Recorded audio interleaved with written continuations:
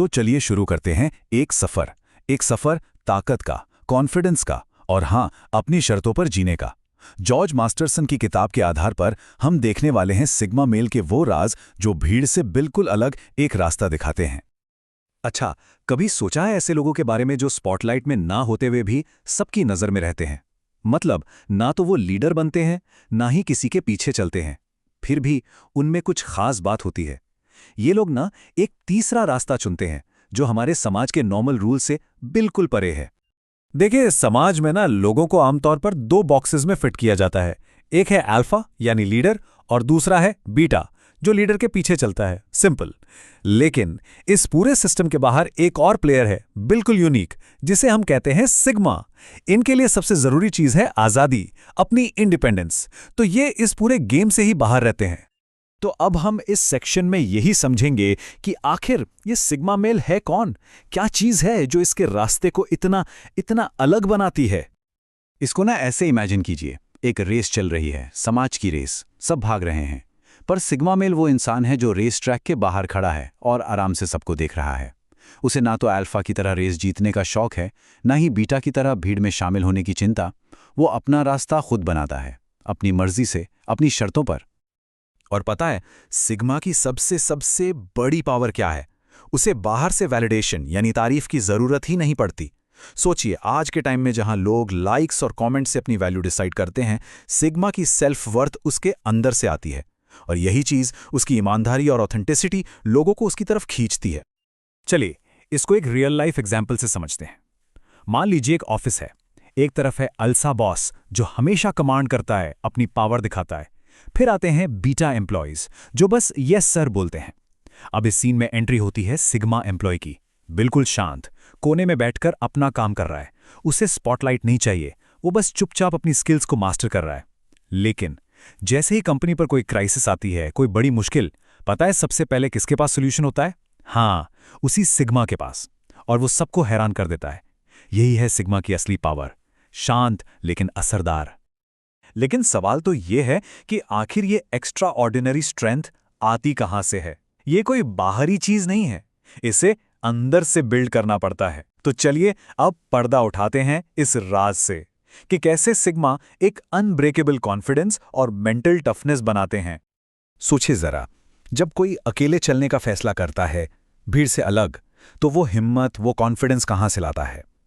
क्योंकि अगर कॉन्फिडेंस ना हो तो आजादी सिर्फ अकेलापन बन जाती है, राइट?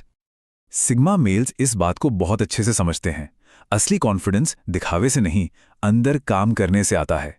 और इसके 3 सिंपल से लेकिन पावरफुल सीक्रेट्स हैं। पहला, स्किल्स को मास्टर करो, क्योंकि जब आप किसी चीज में अच्छे होते हो ना, कॉन्फिडेंस अपने आप आता है। दूसरा, अपने अंदर की आवाज को बदलो, जो सेल्फ डाउट है उसे पॉजिटिव अफर्मेशन से रिप्लेस करो।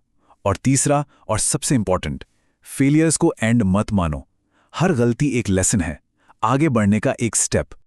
यहां जॉर्ज मास्टरसन की एक बहुत इंपॉर्टेंट बात याद आती है। वो कहते हैं, growth is always outside the comfort zone.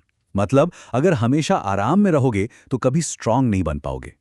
Sigma mails इस बात को जीते हैं। वो स्ट्रगल से, मुश्किलों से डरते नहीं हैं, बल्कि वो जानते हैं कि यही चीजें उन्हें आगे बढ़ाएंगी। मेंटल टफनेस के लिए सिग्मा 3 पिलर्स पर खड़े होते हैं। नंबर 1, दर्द को एक्सेप्ट करना। वो समझते हैं कि स्ट्रगल टेम्पररी है, लेकिन उससे मिलने वाली ग्रोथ परमानेंट है। नंबर 2, एक स्टोइक माइंडसेट, मतलब बस उन चीजों पर फोकस करना जो अपने कंट्रोल में है और बाकी सबको एक्सेप्ट कर लेना। और नंबर 3, कंसिस्टेंसी। सच्ची सफलता एक स्प्रिंट नहीं, एक मैराथन है। रोज थोड़ा थोड़ा डिसिप्लिन ही आपको अनब्रेकेबल बनाता है। ओके, तो अब जब ये इनर स्ट्रेंथ बन गई तो सवाल उठता है, सिग्मा इसे अपनी लाइफ में अप्लाई कैसे करता है एक आजाद जिंदगी जीने के लिए? चलिए अब देखते हैं कि वो अपनी शर्तों पर, अपने रूल्स पर कैसे जीता है। सिग्मा मेल की सबसे बड़ी, मतलब द स्ट्रॉन्गेस्ट क्वालिटी है उसकी इंडिपेंडेंस। उसकी सोच, उसके फैसले किसी और के अप्रूवल पर डिपेंड नहीं करते। वो एक सिंपल सा सच जानता है, अगर सबको खुश करने निकलोगे तो खुद की लाइफ जीना भूल जाओगे। और ये आज़ादी, ये फ्रीडम आती है डिसिप्लिन से। उनकी कुछ ऐसी आदतें होती हैं जो उन्हें फ्री रखती हैं, जैसे रोज कुछ नया सीखना, अपनी हेल्थ को सबसे ऊपर रखना, फजूल की चीज़ों से दूर रहना यानी मिनिमलिज्म, और सबसे इंपॉर्टेंट, अपने टाइम पर पूरा कंट्रोल रखना। यही आदतें उन्हें समाज के प्रेशर से बचाती हैं। इसको एक कहानी से समझते हैं। सोच लीजिए, एक लड़का है रोहित, फैमिली प्रेशर में दबा हुआ है। वही कर रहा है जो सब उससे चाहते हैं, लेकिन फिर धीरे धीरे वो सिग्मा माइंडसेट को अपनाता है।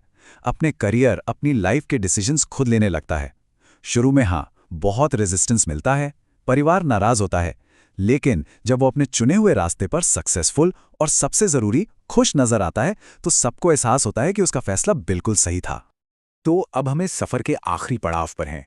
इस सब का मकसद क्या है? सिर्फ आज़ादी नहीं, इसका मकसद है इन्फ्लुएंस और पर्पस, यानी प्रभाव और एक उद्देश्य।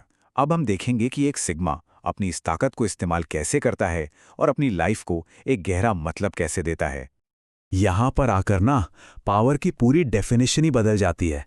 असली पावर दूसरों को कंट्रोल करना नहीं, बल्कि खुद को कंट्रोल करना है। अल्फा की पावर डर से आती है, डोमिनेंस से आती है, और वो टेम्परेरी होती है। लेकिन सिग्मा की पावर रिस्पेक्ट और कॉम्पिटेंस से आती है, और ये लॉन्ग लास्टिंग गहरा असर छोड़ती है। इसीलिए सिग्मा के इन्फ्लुएंस को साइलेंट लीडरशिप कहते हैं। वो बोलकर नहीं, करके दिखाते हैं, एक एग्जाम्पल सेट करते हैं। उनका डिसिप्लिन, उनकी क्लैरिटी लोगों को नेचुरली इंस्पायर करती है। और जैसा हमने पहले कहा था, जब भी कोई क्राइसिस आती है, सबकी निगाहें उन पर ही आकर रुकती हैं। यही है असली इन्फ्लुएंस। और इस सफर का आखिरी और शायद सबसे इंपॉर्टेंट हिस्सा है एक पर्पसफुल लाइफ, एक ऐसी जिंदगी जिसका कोई मतलब हो। इसके लिए वो क्लियर गोल सेट करते हैं, हमेशा अपनी वैल्यूज के हिसाब से जीते हैं, और आखिर में अपनी सक्सेस को दूसरों की मदद के लिए इस्तेमाल करते हैं, क्योंकि वो जानते हैं कि असली फुलफिलमेंट कुछ कंट्रीब्यूट करने में ही है। तो आखिर में बात इतनी सी है, सिग्मा बनने का मतलब है अपनी दुनिया का मास्टर बनना, सक्सेस की डेफिनेशन खुद लिखना। अब असली सवाल यह है कि क्या कोई अपनी शर्तों पर, अपने रूल्स पर जीने के लिए तैयार है?